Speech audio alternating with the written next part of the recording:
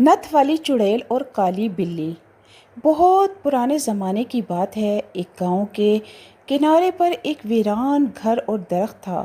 لوگ کہتے تھے کہ اس مکان میں ایک چڑیل رہتی ہے، نہایت خوبصورت، لمبے بال، سفید کپڑے، مگر سب سے الگ چیز تھی اس کی چمکتی ہوئی سنہری نتھ اور ہمیشہ ساتھ رہنے والی ایک کالی بلی۔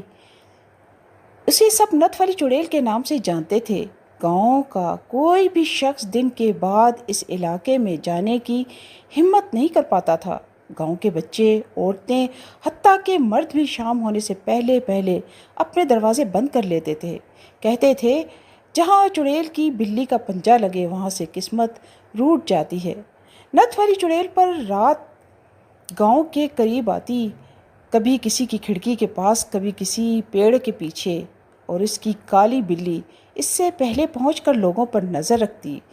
جو بھی بچے یا نوجوان رات کو باہر نظر آتا وہ غائب ہو جاتا۔ کہتے ہیں وہ چڑیل انسانوں کی آوازیں اور خواب چرا لیتی تھی تاکہ وہ خود جوان اور خوبصورت رہ سکے۔ ایک دن گاؤں کے ایک بہادر لڑکے فرمان نے فیصلہ کیا کہ وہ اس راز کو کھولے گا۔ وہ اپنی ماں کی بتائی ہوئی دعا پڑھ کر رات کو اس ویرانے کی طرف چلا گیا۔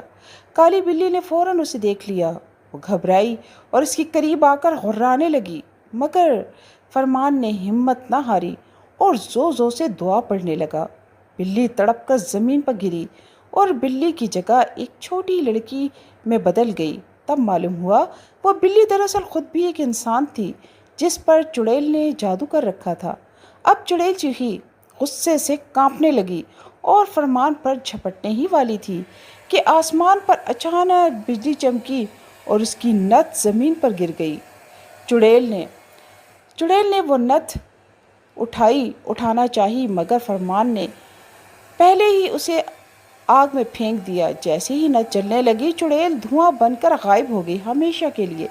اس کے بعد گاؤں والوں نے سکھ کا سانس لیا۔ وہ بلی جو اصل میں ایک لڑکی تھی اپنے والدین کے پاس لوٹ گئی اور فرمان گاؤں کا ہیرو بن گیا۔